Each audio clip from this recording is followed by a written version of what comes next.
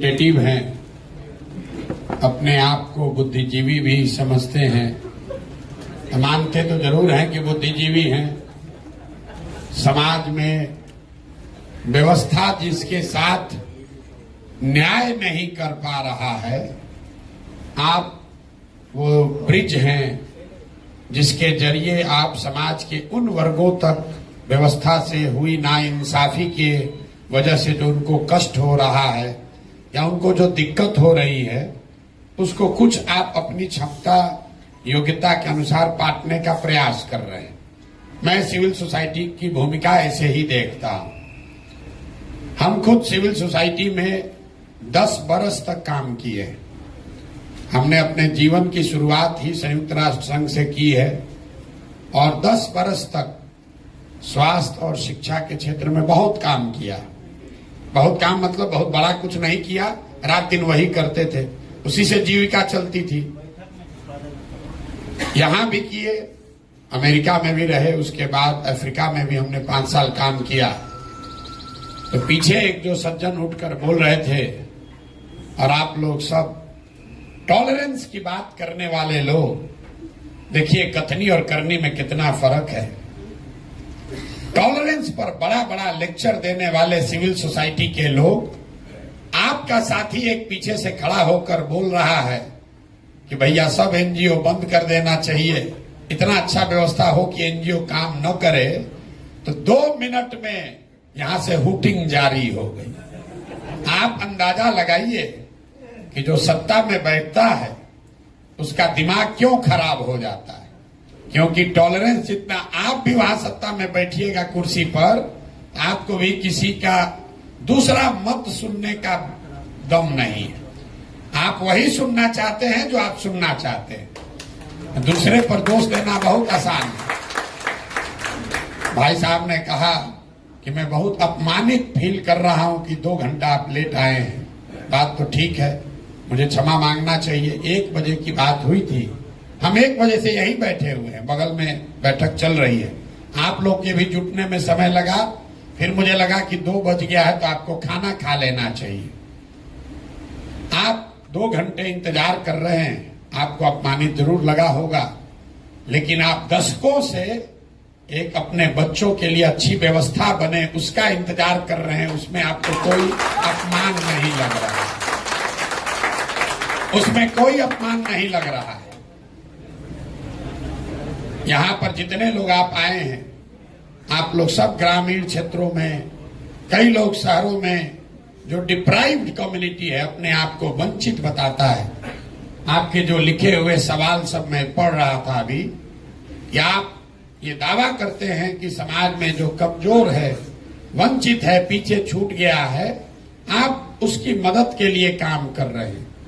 चाहे वो जमीन एक्विजिशन का मामला हो, किन्नरों का मामला हो, पढ़ाई हो, एजुकेशन है, आप दावा कर रहे हैं कि आप उसमें उनकी मदद करते हैं, उसके लिए काम कर रहे हैं। हम भी पिछले 2 बरस से गांव गांव घूम रहे हैं। आप तो लोगों की मदद कर रहे हैं, हम मदद नहीं कर रहे हैं, लेकिन लोगों को जाकर देख सुन समझ रहे हैं। 5300 से ज्यादा गांव में हम पैदल चल के गए, और एक सवाल जो मैं हर गांव में, हर सभा में करता हूं कि भाई ये बताइए कि बिहार में और कुछ हो या न हो, आपके गांव पंचायत में पढ़ाई और रोजगार की व्यवस्था होनी चाहिए या नहीं होनी चाहिए। मैं आपको बिहार के समाज का अपना अनुभव बता रहा हूं। 100% लोगों ने, चाहे वो किसी जाति का हो, धर्म का हो, पढ़ा लिखा हो, अनपढ़ हो, गरीब है, अमीर है, हिंदू है, मुसलमान है, महिला पुरुष, सब लोग हाथ उठाकर कहते हैं कि न भैया और कुछ हो चाहे नहीं हो, पढ़ाई रोजगार तो निश्चित तौर पर होना चाहिए। मैं 2 बरस पैदल चलने के बाद ये आपको दावे के साथ कह सकता हूं कि बिहार में कोई ऐसा गांव नहीं है जहां सारी चर्चा के बाद लोगों को अगर विकल्प दिया जाता है कि बताओ 1-2 काम जो होना चाहिए वो क्या होना चाहिए, लोग कहते हैं रोजगार, पढ़ाई होना चाहिए। उसके लिए प्रशांत किशोर और किसी एनजीओ की जरूरत नहीं है। लेकिन उसको ये मालूम नहीं है कि जवाब देने के बाद दूसरा सवाल क्या होगा।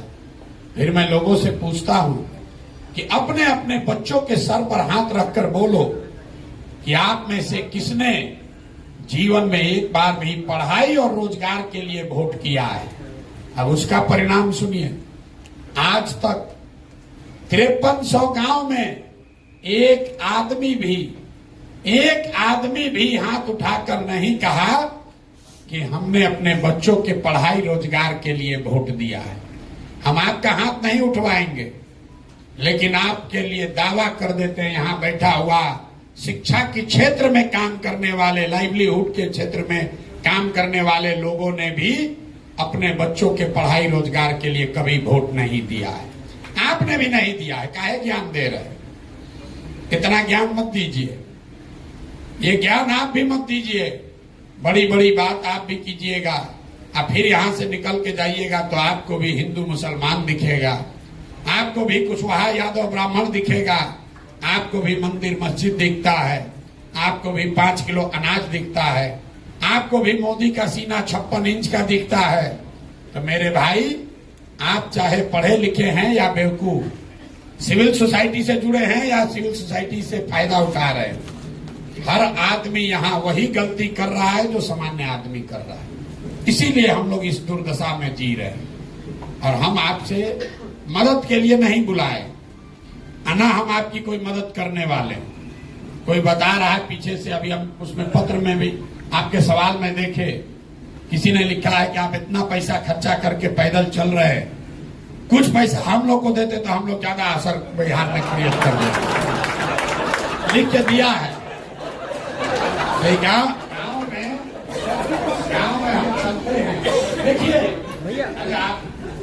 हम आपको भाषण देने के लिए नहीं बुलाया, जरा देखिए कि सामान्य आदमी में और अपने आप को इंटेलेक्चुअल बुद्धिजीवी कहने वाले में कोई फर्क नहीं है। गांव में हम चलते हैं तो महिला जो बहुत गरीब है, लोग कहते हैं भैया इतना पैसा लगा के टेंट लगाए हैं, पैसा हम ही लोग को देते ठीक रहता। तो उसको बताते हैं कि तुम्हारी मदद क्यों नहीं करेंगे, कि भाई अगर तुम्हारी मदद कर भी दे, एक दिन मदद करेंगे, दूसरे दिन फिर हाथ फैलाना पड़ेगा। तो सिविल सोसाइटी का भी वही हालत है। देख रहा है कि जब सुराज में इतना पैसा खर्चा हो रहा है, तो लिख के हमको सुझाव दिया पैसा हम ही लोग को दे दीजिए, तो सरकार को छोड़कर आप ही का धंधा हम लोग उठा लेंगे। तो मेरे भाई, आपको पैसा देने के लिए नहीं बुलाए हैं, हम वो व्यवस्था बनाना चाहते हैं जहां आपको अपनी योग्यता, काबिलियत और समाज की जरूरत के हिसाब से संसाधन और प्रशिक्षण दोनों चीज मिले, ताकि आप समाज के कुछ लोगों का भला कर सके, समाज में सरकार के साथ मिलकर कुछ कर सके, सरकार और आपका आपस में वैमनस्यता न हो। इसलिए नहीं आप एजुकेशन में काम कर रहे हैं क्योंकि एजुकेशन व्यवस्था खराब है। ये वो बात लड़का जो कह रहा था पीछे, वो ठीक है, कहने का उनका तरीका अलग है। होना तो यही चाहिए कि पढ़ाई हो रही हो, और सिविल सोसाइटी की भूमिका ये है कि गुणवत्ता में और बेहतर सुधार करने में आप काम करें, न कि स्कूल में किताब बांटने के लिए काम करें। तो लड़के की भावना में कोई कमी नहीं है। सारा एनजीओ वाला कहा कि हमारा धंधे बंद कराने का बात कर रहा है। हम लोग रोजगार की बात कर रहे, तो हम लोग को सबको बेरोजगार करने का बात कर रहा है। नहीं, उनका कहने का मतलब ये है कि अगर समाज की, सरकार की जो बेसिक जिम्मेवारी है, अगर सरकार वो पूरा करे, तो उसके आगे की जो सीढ़ी है उस पर आपका योगदान होना चाहिए। लेकिन जो भी हो, बिहार की जो स्थिति दुर्दशा है उससे आप और हम वाकिफ है। भाई साहब कह रहे हैं कि सीमांचल में बड़ा हालत खराब है, तो आप हमको बताइए मिथिलांचल में कौन बढ़िया है, चंपारण छपरा में कौन बढ़िया है कि सीमांचल का चिंता कर ले। हम पैदल चलते हैं, हर आदमी यही कहता है भैया पूरा बिहार बहुत गरीब है, पूरा बिहार में मधुबनी सबसे गरीब है, मधुबनी में बिस्फी सबसे गरीब है। फिर वहां से दरभंगा गए तो कहता है भैया पूरा बिहार में बहुत परेशानी है, लेकिन सबसे ज्यादा परेशानी दरभंगा में है, दरभंगा में भी सबसे ज्यादा परेशानी केवटी में है। जो जहां रह रहा उसको लग रहा भैया हम ही परेशान हैं, हम ही दबे हुए। हम आपको बता रहे हैं पूरा बिहार इतनी दुर्दशा में जी रहा है। यहाँ प्रति व्यक्ति आय है 35,000 रुपया, 35,000 रुपया प्रति व्यक्ति आए है। पटना और बेगूसराय 2 जिला को हटा दीजिएगा तो प्रति व्यक्ति आए है 25,000 रुपया साल में। उसमें धनी गरीब किसान व्यापारी सब शामिल है। 100 में 80 आदमी आज भी दिन में 100 रुपया 100 रुपया नहीं कमा रहा है। पढ़े लिखे लोग भी हमको पूछते हैं, ए भैया ऐसे कैसे संभव है कि 100 रुपया नहीं कमा रहा है, यहाँ तो मजदूरी 300 रुपया हो गया है। तो उसको बताते हैं कि भाई एक परिवार में एक आदमी मजदूर है, पति पत्नी बाल बच्चा लेकर 5 आदमी है, मजदूरी एक कर रहा है। अगर 300 रुपया भी मिला तो दिन में उसको 60 रुपया हुआ और 30 दिन उसको मजदूरी नहीं मिल रही है। मजदूरी मिली 15 दिन तो प्रति व्यक्ति कितना हुआ 30 रुपया। 100 में 80 आदमी बिहार में 100 रुपया भी प्रतिदिन नहीं कमा रहा है।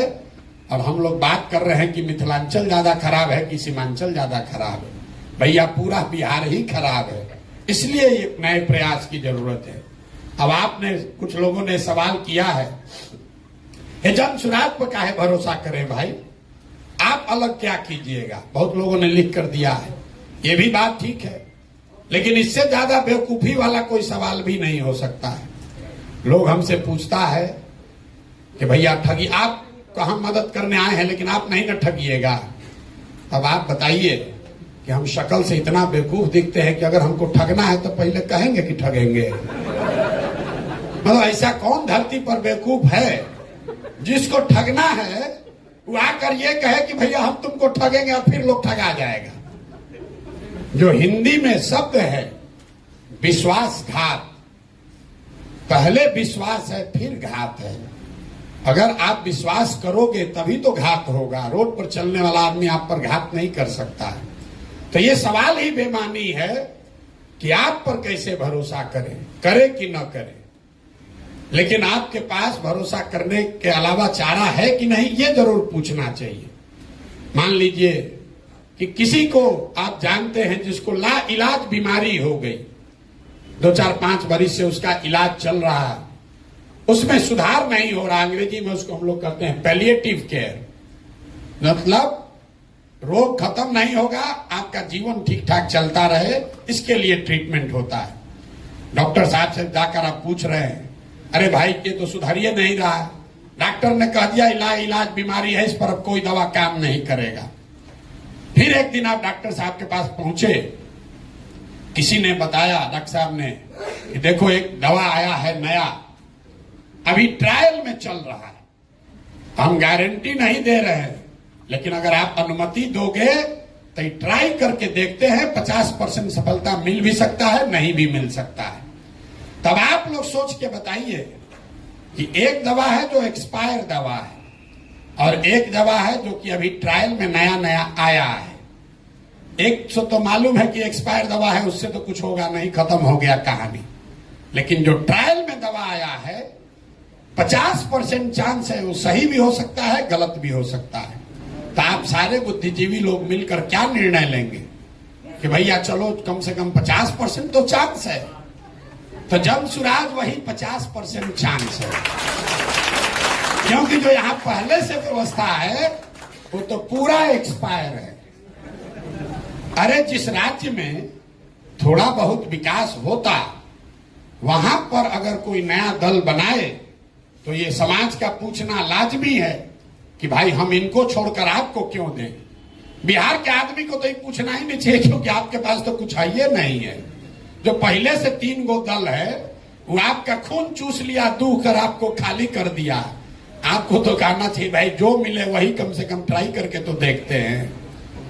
तो जन सुराज हम आपको ये गारंटी नहीं दे सकते हैं कि हम ही सही हैं, लेकिन इतना जरूर बता सकते हैं कि जो पहले से यहाँ 3 गो दल चल रहा है, जो व्यवस्था है, उसके मुकाबले इसमें जरूर कुछ बेहतर की संभावना हो सकती है। और वो संभावना इसलिए नहीं है कि उसको प्रशांत किशोर कर रहे हैं, वो संभावना इसलिए है कि आप जैसे हजारों सैकड़ों लोग मिलकर इसको बनाने का प्रयास कर रहे हैं। और इसको बनाने में, आगे चलाने में जितना अच्छे लोगों का सहयोग, उनकी भागीदारी रहेगी, उतना ज्यादा सफलता की संभावना ज्यादा होगी। किसी एक व्यक्ति के कह देने से कि हम आएंगे तो ठीक हो जाएगा, हम पर भरोसा कर लो, इससे बड़ा कोई झूठ हो नहीं सकता। पीछे से एक जेपी सेनानी साहब खड़े हुए, उन्होंने बहुत अच्छी बात भी कही, हमारे लिए जनसुराज के लिए अच्छी बात उन्होंने कही, उसके लिए आपका धन्यवाद कर रहे हैं सर। लेकिन कई लोगों को यहां बैठे हुए लगता है, लोगों ने प्रश्न भी भेजा है हमको कि भैया जेपी के आंदोलन से बिहार नहीं सुधरा, अन्ना का आंदोलन का हम लोग हश्र देख लिए, तो आपके इस प्रयास से बिहार कैसे सुधरेगा, जनसुराज से कैसे सुधरेगा। तो मेरे भाई, हम आपको इतना ही कह सकते हैं कि प्रशांत किशोर का आंदोलनों में कोई यकीन नहीं है। मानव सभ्यता के इतिहास को अगर आप ध्यान से पढ़ेंगे तो आपको पता चलेगा कि सिर्फ बिहार में नहीं, पूरे देश में भी नहीं, पूरे दुनिया में मानव सभ्यता के इतिहास को पढ़िए तो आपको पता चलेगा कि फ्रांस की क्रांति को अगर अपवाद के तौर पर हटा दिया जाए तो आज तक कोई भी क्रांति से मानव सभ्यता में सृजन का काम नहीं हुआ है। आंदोलन सृजन का हथियार नहीं है, ये आपके मन में भ्रम बैठ गया है। आंदोलन सृजन का हथियार नहीं है। आंदोलन वो तेज हथियार जैसा है जिससे आप बड़े से बड़े वृक्ष को काट सकते हैं, लेकिन कितना भी धारदार हथियार हो, उससे आप पौधे को वृक्ष नहीं बना सकते। तो समाज में जो सृजन का काम है वो आंदोलन से नहीं हो सकता है। आपने देखा जेपी आंदोलन हुआ, उस आंदोलन की धार इतनी थी कि तब की सत्ता में बैठी इंदिरा गांधी को सत्ता से हटा दिया गया। अन्ना आंदोलन का प्रभाव ये हुआ कि यूपीए की सरकार हट गई, लेकिन जेपी के आंदोलन से नए बिहार, नए भारत का सृजन नहीं हुआ। क्यों नहीं हुआ? क्योंकि वो आंदोलन सृजन के लिए नहीं था, वो आंदोलन उस समय के सत्ता में बैठे हुए लोगों को हटाने के लिए था। जनसुराज में हम किसी को हटाने का प्रयास नहीं कर रहे। हम लोगों ने 2 बरस में कोई धरना, प्रदर्शन, बंद नहीं किया, किसी की मदद नहीं की, कोई घेराव नहीं किया, किसी के खिलाफ कुछ नहीं बोले। समाज को जाकर एक रास्ता बताने का प्रयास किया कि क्या करने से तुम्हारी व्यवस्था, तुम्हारी गरीबी दूर हो सकती है। और गरीबी दूर होने का 3 ही रास्ता पूरे दुनिया में विद्वानों ने बताया है। 3 ही रास्ता है गरीबी से निकलने का। एक रास्ता है पढ़ाई, दूसरा रास्ता है जमीन, और तीसरा रास्ता है पैसा, पूंजी। अगर आप पढ़े लिखे हैं, आपको नौकरी हो जाए, तो नौकरी न भी हो, कोई रोजगार भी करने लगे, तो आपकी गरीबी इसी बिहार में, इसी मिथिलांचल सीमांचल में जो लोग पढ़ लिख कर नौकरी करने लगे, उनकी जिंदगी थोड़ी सुधर गई। लेकिन बिहार में 2/3 से ज्यादा लोगों को पढ़ने की सुविधा आज तक नहीं दी गई। दूसरा रास्ता है जमीन का। अगर आप पढ़े लिखे नहीं हैं, आपके पास जमीन हो, तो खेती किसानी करके भी लोगों का जीवन सुधर सकता है। लेकिन बिहार में, इतने बड़े राज्य में, देश का शायद एकमात्र ऐसा राज्य है जहां भूमि सुधार, यहां कोई काम नहीं किया गया भूमि सुधार को लेकर। नतीजा क्या है? एक आंकड़ा याद रखिए, पूरे देश में 38% लोग ऐसे हैं जिनके पास कोई जमीन, ग्रामीण क्षेत्र में 60% लोगों के पास जमीन है ही नहीं, तो खेती करेगा कैसे? और जो बच गए 40% लोग जिनके पास जमीन है, उस 40 में 35 आदमी ऐसे हैं जो 2 बीघे से कम के मालिक हैं। तो जो बिहार में खेती होती है, ये कमाने का जरिया नहीं है, खेती यहां खाने का जरिया है। आप गांव देहात में सुनते होंगे, लोग कहता है कि हम कटिया करने आए हैं, रोपनी करने आए हैं, कमाने के लिए लुधियाना जाएंगे। लोग ये बता रहे हैं कि रोपनी करने आए हैं, कमाने के लिए लुधियाना जाएंगे। मतलब रोपनी इसलिए करने आए हैं कि बाल बच्चा के खाने का जुगाड़ हो जाए, कमाने के लिए बाहर जाएंगे। तो यहाँ की जो खेती है, यहाँ का जो भूमि का जो प्रोडक्टिविटी है, वो इतना कम है जिससे लोगों का सिर्फ पेट भर रहा है। और तीसरी बात, जब आपके पास पढ़ाई नहीं है, जमीन से प्रोडक्टिव इनकम नहीं है, तो एक ही रास्ता बचा, अगर लोगों के पास पैसा पूंजी होता तो कोई ना कोई रोजी रोजगार हर आदमी कर सकता है। आप में से कई लोग लाइवलीहुड के फील्ड में काम करते होंगे, लेकिन बिहार में पूंजी की इतनी कमी है कि यहां सीडी रेशियो है 40%। बहुत कम लोग इसकी चर्चा करते हैं। बिहार में सीडी रेशियो है 40%, मतलब जो पैसा आप और हम बैंक में रखते हैं, बैंकों की जिम्मेवारी है कि अगर आप 100 रुपया बैंक में जमा कीजिएगा तो कम से कम 70 रुपया लोन के तौर पर समाज को उपलब्ध होना चाहिए। घर बनाने के लिए, गाड़ी खरीदने के लिए, बिजनेस व्यापार करने के लिए, खेती करने के लिए। पूरे देश में अभी सीडी रेशियो है 74%, बिहार में ये रेशियो है 40%। इसका नतीजा क्या होता है? इसका नतीजा ये है कि पिछले 30 वर्ष में बिहार से 26 लाख करोड़ रुपया, जरा समझिए, 26 लाख करोड़ रुपया आपका, हमारा, बिहार की गरीब जनता का जो यहां बैंकों में जमा हुआ, उसमें से 26 लाख करोड़ रुपया बैंकों ने बिहार से उठाकर दूसरे राज्यों में भेज दिया। आप सोच रहे हैं कि 2000 करोड़ का कोई फैक्ट्री लगाए, कोई चीनी मिल चालू करे, कोई जूट मिल लगाए। हम आपको बता रहे हैं 26 लाख करोड़ रुपया, ये मेरा आंकड़ा नहीं है, रिजर्व बैंक ऑफ इंडिया का आंकड़ा है। पिछले वर्ष यहां बिहार की गरीब जनता ने यहां के बैंकों में टोटल पैसा जमा किया 4,61,000 करोड़ रुपया, और 4,61,000 करोड़ में से 70% के हिसाब से कम 2,80,000 करोड़ रुपया बिहार के लोगों को मिलना चाहिए था, रोजी रोजगार के लिए, व्यापार के लिए, घर के लिए, गाड़ी के लिए। मिला कितना? 1,61,000, 1,61,000 करोड़। बाकी पैसा कहां गया? बाकी पैसा गया आंध्र प्रदेश, गुजरात, तमिलनाडु, केरल, कर्नाटक। वहां पर सीडी रेशियो कितना है? वहां पर सीडी रेशियो है 90, 95, 100, 105। अगर आंध्रा में बैंकों में 100 रुपया जमा हुआ तो आंध्रा के लोगों को 105 रुपया कर्ज मिला। बिहार के लोगों ने 100 रुपया जमा किया तो हमको, आपको 40 रुपया मिला। आप अंदाजा लगाइए, बोलचाल की भाषा में समझिए, कतई सीडी रेशियो क्या होता है। अगर आप जितने लोग आए हैं सबके पास मोटरसाइकिल, कार होगा, लेकिन अगर बैंक से आपको गाड़ी, मोटरसाइकिल के लिए लोन न मिले तो 90% आदमी गाड़ी, मोटरसाइकिल नहीं खरीद पाएगा। सबका लोन से ही आप मोटरसाइकिल खरीदे होंगे। वो पूंजी की उपलब्धता है कि आपके पास मोटरसाइकिल का ओनरशिप बढ़ा है। जब पहले मोटरसाइकिल के लिए लोन नहीं मिलता था, गांव में 4 गो 5 गो मोटरसाइकिल था, अब हर महीने 1500 रुपया दीजिएगा, मोटरसाइकिल मिल जाता है। तो लोन की उपलब्धता, पूंजी की उपलब्धता से लोगों की लाइवलीहुड बढ़ी, उनकी मोबिलिटी बढ़ी। आप अंदाजा लगाइए, अगर 2.5 लाख करोड़ रुपया हर साल एक्स्ट्रा मिलने लगता तो कितने लोग अपना घर बड़ा बनाते, कितने लोग नई गाड़ियां खरीदते, कितने लोग नया रोजी रोजगार करते। यहाँ बहुत लोग अनुभवी बैठे हुए हैं। हम लोग के पिताजी के टाइम में जब घर बनता था, साल भर आप काम कीजिए, पैसा बचाइए, उसके बाद आदमी 2 गो कमरा बनाता है। फिर बेटा का ब्याह लगा, कहता है इस बार पैसा जुगाड़े हैं, लिंटर करेंगे।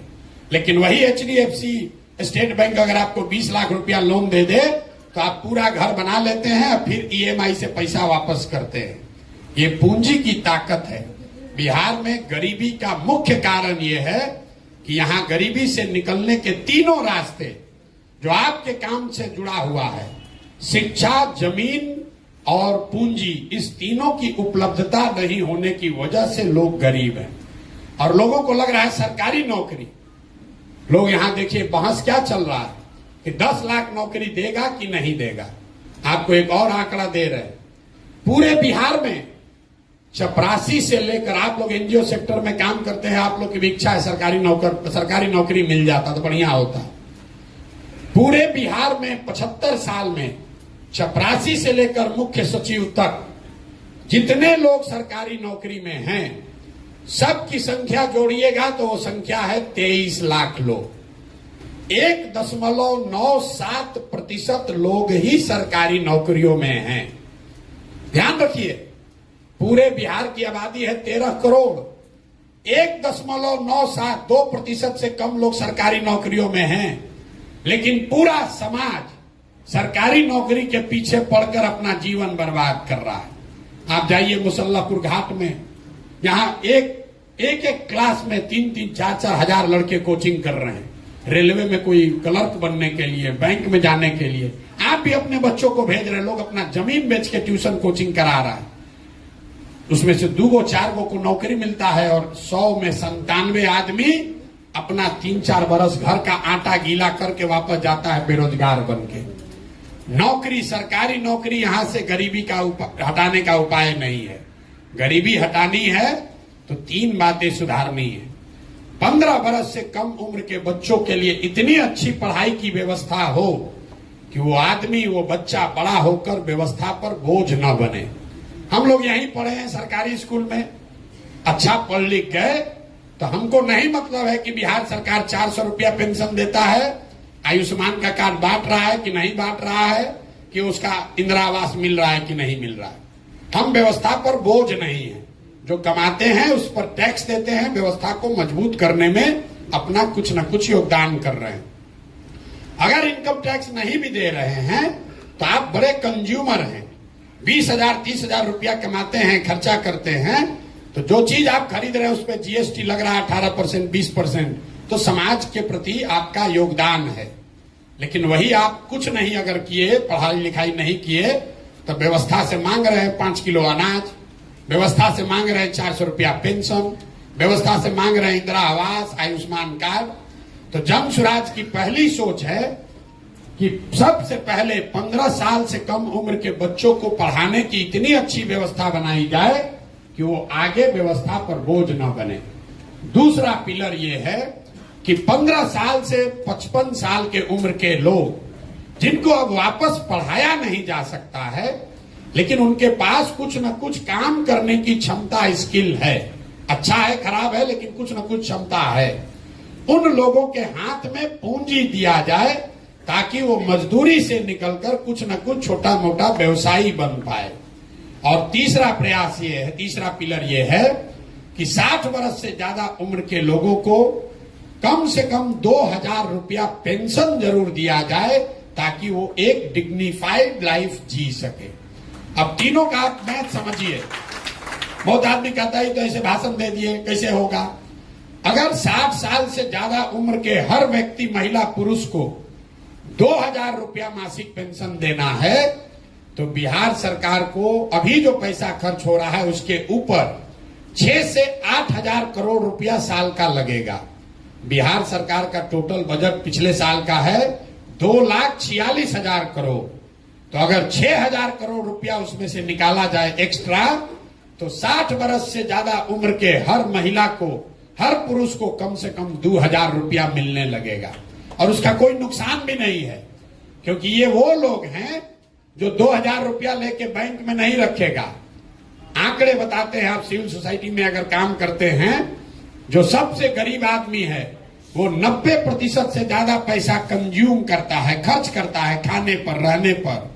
तो जो सरकार ये पैसा देगी, इससे वो आदमी बेहतर खाना खाएगा, वो आदमी अपने लिए कपड़ा खरीदेगा, तो एक बड़ा पोर्शन इसका लौट कर फिर सरकार के पास आना है। दूसरा, मैंने जो बताया कि इतनी बड़ी जनसंख्या को पूंजी कैसे दीजिएगा। अगर यहां पर सिर्फ सीडी रेशियो को सुधार दिया जाए, आप कहिएगा कैसे सुधरेगा। ऐसा नहीं है कि बैंकों की मनमानी है कि जितना मन होगा लोन देंगे, नहीं देंगे। आपकी जानकारी के लिए बता रहे हैं कि मुख्यमंत्री के अध्यक्षता में एक कमेटी है, देश के स्तर पर प्रधानमंत्री की अध्यक्षता में कमेटी है, जो हर महीने इस बात को का ध्यान रखती है कि बैंकों में जो पैसा जमा हो रहा है उसका कितना पैसा लोगों को ऋण के तौर पर मिल रहा है। सीडी रेशियो, आरबीआई डेटा आंकड़ा जारी करता है, वेबसाइट पे जाइएगा दिखेगा। बिहार में भी ये व्यवस्था है जहां मुख्यमंत्री की अध्यक्षता में सारे बैंकों के हेड बैठते हैं कि कितना पैसा लोन के तौर पर दिया गया।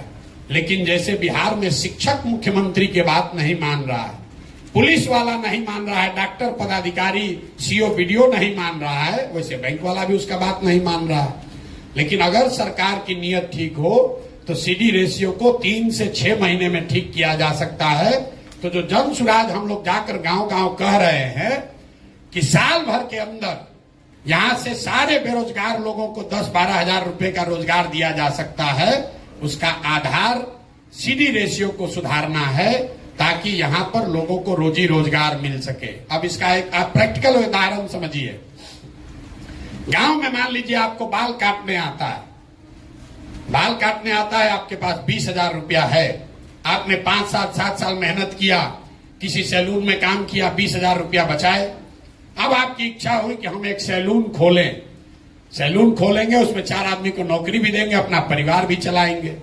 सैलून खोलने जब आप गए अपने शहर में तो पता चला, अपने चट्टी गांव टाउन जो भी कह लीजिए बाजार में, तो पता चला कि यहां तो 1 लाख रुपया लगेगा तब सैलून खुल पाएगा। तो आप नेचुरल आपका प्रयास है कि आप बैंक में जाइए ताकि 80,000 रुपया आपको मिले और आप 1 लाख में सैलून खोल लीजिए। 80,000 को सैलून चलाकर धीरे धीरे वापस कीजिएगा। जब बिहार में पूंजी उपलब्ध नहीं होता है तो आदमी क्या करता है, बाल काटने उसको आ रहा है लेकिन पूंजी नहीं हुआ, अब बचा उसके पास अपना 20,000, तो उस 20,000 को खर्च कैसे करता है? वो 5,000 रुपया 4,000 रुपया खर्चा करता है, किसी नौकरी के दलाल को देता है कि बॉम्बे में दिल्ली में किसी सैलून में हमको नौकरी दिलवा दो। फिर 2,000-2,500 रुपया में ट्रेन का बस का टिकट खरीदता है ब्लैक में कि हम लदाख कर बोरा की तरह कम से कम दिल्ली बॉम्बे पहुंचे। 5-7 हजार रुपया खर्चा हो गया, अब बचा उसके पास 15,000-12,000। वहां बॉम्बे दिल्ली गया तो वहां जो खोली वाला है तो 3 महीने का एडवांस ले लिया, 5-7 हजार वो भी चला गया। 1-2 हजार रुपया का जो बर्तन बासन है उसमें खर्चा हो गया। तो आप देखिए पूंजी की महत्ता। आदमी को बाल काटने आता है, बाल आदमी वही है, अगर उसको 80,000 रुपया मिल जाता लोन के तौर पर तो यहां सैलून चलाता, 4 आदमी को नौकरी देता, एक छोटा व्यवसायी होता। लेकिन वो 80,000 नहीं मिला तो बॉम्बे में दिल्ली में जाकर मजदूर बन गया, बाल वहां भी काट रहा है लेकिन वहां मजदूर के तौर पर काट रहा है, यहाँ छोटा व्यवसायी होता। तो हम लोग का जन सुराज की जो सोच है कि जो जवान लड़के हैं, जो नवयुवक हैं, उनको पूंजी उपलब्ध कराया जाए ताकि घर घर में रोजी रोजगार हो सके।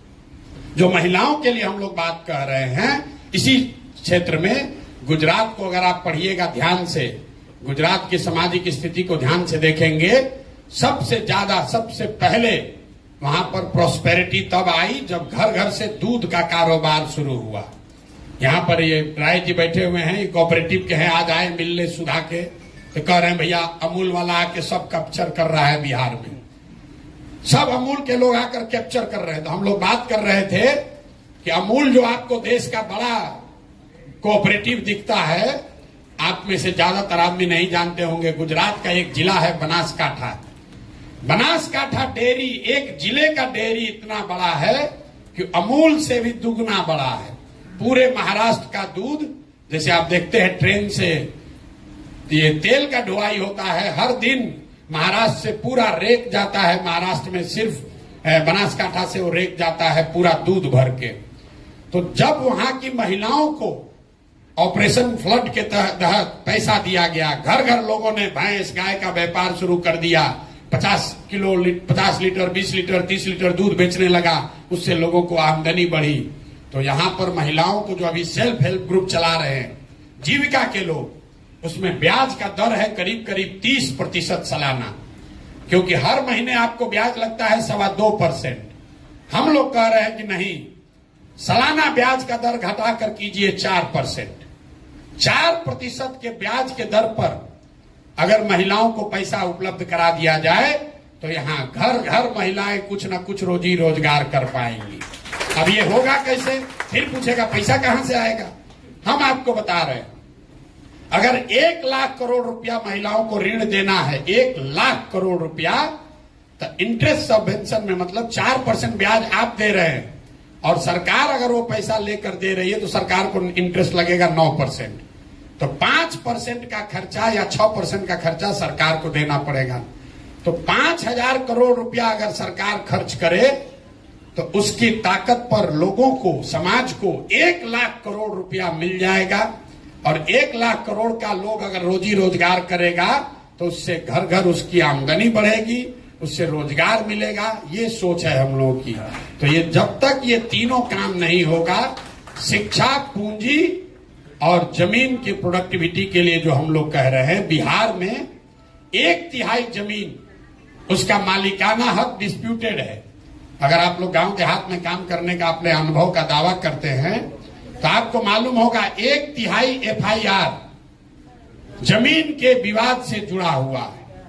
जमीन का मालिकाना हक लोगों को पता नहीं है। अभी सरकार ने जो सर्वे अभियान शुरू किया है, ये समझिए कि घाव है, उसको उखाड़ के और खराब करने का काम है। पूरे समाज में हमने पहले आदमी हम हैं जिसने कहा कि इससे पूरे समाज में घर घर में झगड़ा लगेगा, भ्रष्टाचार बहुत आगे बढ़ जाएगा। अब देखिए, अभी 1 महीना हुआ है, लोग बाप बाप चिल्ला रहे हैं, और 2-3 महीना आते आते आप देखिएगा ये लैंड सर्वे को रुक जाना है। अगर नहीं रुका तो गोली बंदूक चलेगा, घर घर में आपस में लड़ाई होगा। नीतीश कुमार बिना सोचे समझे, बिना तैयारी के सर्वे करा रहा है। बिहार में भूमि सुधार अगर लागू करना है तो उसके लिए 5 वर्ष का समय चाहिए, और जो काम अंग्रेजों ने के समय में किया गया था, जब तक यहाँ के जमीन को पुनः फ्रेश फिर से उसकी मापी नहीं होगी, फिर से उसका मालिकाना हक नहीं तय किया जाएगा, तब तक ये वंशावली बनाकर और NOC लेकर आप बिहार में भूमि की परेशानी को दूर नहीं कर सकते हैं। इससे समस्या और बढ़ेगी। तो हम लोग का जो पूरा प्रयास है, शिक्षा, 15 साल से कम उम्र के बच्चों को इतनी अच्छी शिक्षा दी जाए कि वो व्यवस्था पर बोझ न बने। युवा जिसको पूंजी उपलब्ध कराया जाए ताकि वो अपने लिए रोजी रोजगार कर सके, और बूढ़े लोगों को हर हालत में कुछ सम्मानजनक जिंदगी जीने भर का मदद किया जाए। ये जन सुराज की सोच है। अब आप लोगों ने कुछ अपना ऐसा सुझाव नहीं दिया। पीछे से कोई एक लैंड एक्विजिशन को लेकर बोला है। लैंड एक्विजिशन को लेकर जो परेशानी यहाँ आ रही है, चौसा का बिंदु है, या आज हमें किसी ने नालंदा राजगीर की भी बात बताई है, जो एयरपोर्ट के लिए जमीन लिया गया है। इसमें जो कानून है, भूमि अधिग्रहण कानून बिल्कुल ठीक है कि जो मार्केट का रेट है उससे 4 गुना मिलना है। दिक्कत यह है, ऑपरेशनल दिक्कत, यहां जमीन पर भूमि अधिग्रहण किया गया 10 वर्ष पहले और उसका सेटलमेंट हो रहा है आज। तो विवाद लोगों को यह नहीं है कि हम जमीन देंगे कि नहीं देंगे, विवाद यह है कि जमीन का दाम 10 वर्ष पहले वाला देखकर 4 गुना किया जाए कि आज के भाव का 4 गुना किया जाए। सरकार का ये कहना है कि भाई अधिग्रहण तो 10 वर्ष पहले हो गया, प्रोजेक्ट पास हुआ 10 वर्ष पहले, बजट पैसा आया 10 वर्ष पहले के हिसाब से, आज मुआवजा बट रहा है। तो लोग जब बट रहा है तो कह रहा है कि आज के हिसाब से दो, और सरकार क्या कह रही है कि भाई हम तो 10 वर्ष पहले के हिसाब से बजट किए हुए हैं, तो हम तुमको आज के हिसाब से कैसे देंगे। तो ये प्योरली ऑपरेशनल दिक्कत है, ये नीतिगत मामला नहीं है। देश में भूमि अधिग्रहण को लेकर कानून बना हुआ है। मोदी सरकार ने 3 बार उसको हटाने का प्रयास किया, वापस नहीं हटा पाए। वो कानून बना हुआ है कि आज के मार्केट रेट से 4 गुना आपको पैसा मिलना चाहिए, लेकिन जिस दिन जमीन का अधिग्रहण हुआ उस दिन के मार्केट प्राइस से 20 वर्ष के बाद का नहीं। तो इसमें कुछ जो जमीन जिनका है उनका भी गलती है। जब जमीन मिला, जब अधिग्रहण हुआ तब पैसा लिया नहीं, सोचता बढ़ेगा तब लूंगा, फिर 5 वर्ष के बाद आके सरकार ले रहा है तो कह रहा है जिस दिन आपको अधिग्रहण की सूचना जारी हुई है उसी डेट के हिसाब से पैसा मिलेगा। और आप चाह रहे हैं कि अब आज हम उस पर साइन दे रहे हैं, कंसेंट कर रहे हैं, तो आज हमको पैसा मिले। तो ये इसमें ऑपरेशनल दिक्कत है, ये नीतिगत मामला नहीं है। बाकी और कोई सुझाव आपका विशेष हमने देखा नहीं। जन सुराज को लेकर आपने जो सवाल किए हैं, तो किसी ने ठीक कहा, जन सुराज पर जितने भी तरह के सवाल हैं उस सवाल का जवाब तो हम लोग हर दिन दे ही रहे हैं गांव गांव जाकर। आपकी क्या भूमिका होनी चाहिए, आपकी भूमिका क्या होनी चाहिए, उसके लिए मैं अक्सर एक ग्रीस के बहुत बड़े दार्शनिक हैं प्लेटो, उनका एक कोट बताता हूं। प्लेटो ने बहुत सैकड़ों साल पहले कहा कि if you do not participate in democracy be ready to be ruled by your inferiors. मतलब अगर आप राजनीति में भागीदार नहीं बनिएगा तो इस बात के लिए तैयार रहिए कि कोई मूर्ख आदमी राजा बनकर आप पर शासन करेगा। तो आप लोग जो सिविल सोसाइटी के पढ़े लिखे प्रबुद्ध लोग हैं, हम ये नहीं कह रहे हैं कि आप एनजीओ छोड़कर, सिविल सोसाइटी छोड़कर राजनीति में आ जाइए, लेकिन राजनीतिक और सामाजिक सरोकार से अपने आप को अगर आप हटा लीजिएगा तो समाज में जो गलत लोग हैं, जो लंपट है, बदमाश है, माफिया है, वही आपका राजा बनकर आप पर शासन करेगा। फिर आप चाहे जितना डेमोन्स्ट्रेशन करते रहिए, जितना बार जाकर ज्ञापन दीजिए, बालू माफिया अगर शिक्षा मंत्री है तो वो शिक्षा के क्षेत्र में काम करने वाले एनजीओ से बात नहीं करेगा, उसको तो बालू से कमाने से फुर्सत होगा तब ना आपसे बात करेगा। अगर शराब माफिया स्वास्थ्य मंत्री हो जाएगा तो आप कितना भी ज्ञापन दे दीजिए, कितना आंकड़ा डेटा दे दीजिए, वो समझने वाला नहीं है। तो आपकी जिम्मेवारी ये है कि अपना काम करते हुए समाज को इस बात के लिए तैयार कीजिए कि भाई तुम अपने बच्चों के लिए वोट करो, अपने पढ़ाई रोजगार के लिए वोट करो। फिर मैं उसी आदमी की बात कहूंगा जो पीछे जिसके नाम पर आप लोग वोटिंग किए कि भैया हम एनजीओ चला रहे हैं, कितना दिन तुम्हारे बच्चा को पढ़ाएंगे। जब सरकार अच्छी बन जाएगी, अच्छा स्कूल होगा, तब सबके बच्चे अच्छा पढ़ेंगे। इसलिए अपने बच्चों के पढ़ाई के लिए वोट दो। बालू माफिया, शराब माफिया को वोट मत दो। जाति के नाम पर मत बिको। जितने लोग आप हैं, आप भी अपनी ओर से प्रयास कीजिए। ये प्रशांत किशोर का अकेला अपना प्रयास नहीं है। ये प्रशांत किशोर कोई कर्जा नहीं खाए हैं बिहार का कि हम ही को करना है। ये आपकी, हमारी, सबकी जिम्मेवारी है। मानवता का ये तकाजा है कि अगर आपका पेट भर जाए तो अपना पेट भरने के बाद अगर आपके पास कोई साधन, शक्ति, समय, व्यवस्था है तो जिसका पेट नहीं भरा है उसकी चिंता आप कीजिए। ये भी सिविल सोसाइटी का आपका मूल मंत्र है। अगर आप वो नहीं करते हैं तो बड़ी बड़ी बात कहने से कुछ नहीं होगा। कुछ न कुछ योगदान कीजिए, थोड़ा कम कीजिए, ज्यादा कीजिए।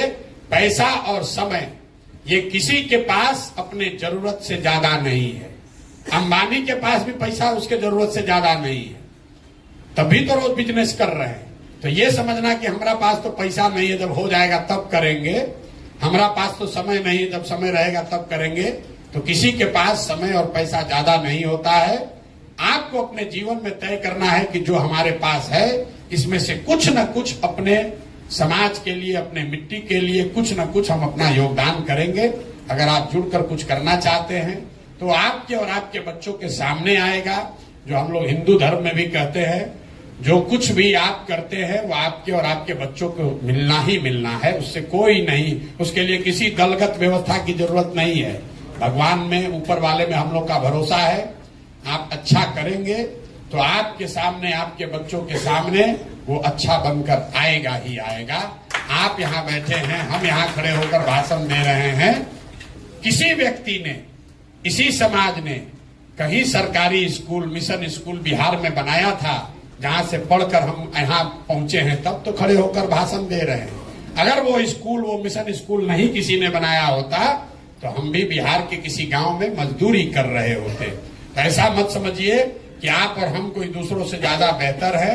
हमसे, आपसे बहुत अच्छी सोच रखने वाले लोगों ने अपने अपने स्तर पर कुछ न कुछ योगदान किया है, तभी आप और हम इस सभागृह में बैठकर चर्चा कर रहे हैं। तो आपकी, हमारी जिम्मेवारी है कि अगर ऊपर वाले की मदद से, दुआ से, ऊपर वाले की कृपा से इसी कुव्यवस्था में आप थोड़ा सा बेहतर हो गए हैं, आगे निकल गए हैं, तो आपकी, हमारी जिम्मेवारी है कि अपने हिस्से से एक छोटा अंश ही निकालकर समय से, संसाधन से, बुद्धि से, सलाह से समाज के लिए कुछ कीजिए। यही मेरी आपसे अपेक्षा है। आप लोग आए हैं समय निकालकर, आपका बहुत बहुत धन्यवाद। एक दो सवाल जो मैंने जानबूझकर छोड़ा है उसमें कोई बहुत महत्व नहीं है, फिर भी अगर आपका कोई और सवाल है तो आप सवाल कर सकते हैं। बहुत बहुत धन्यवाद।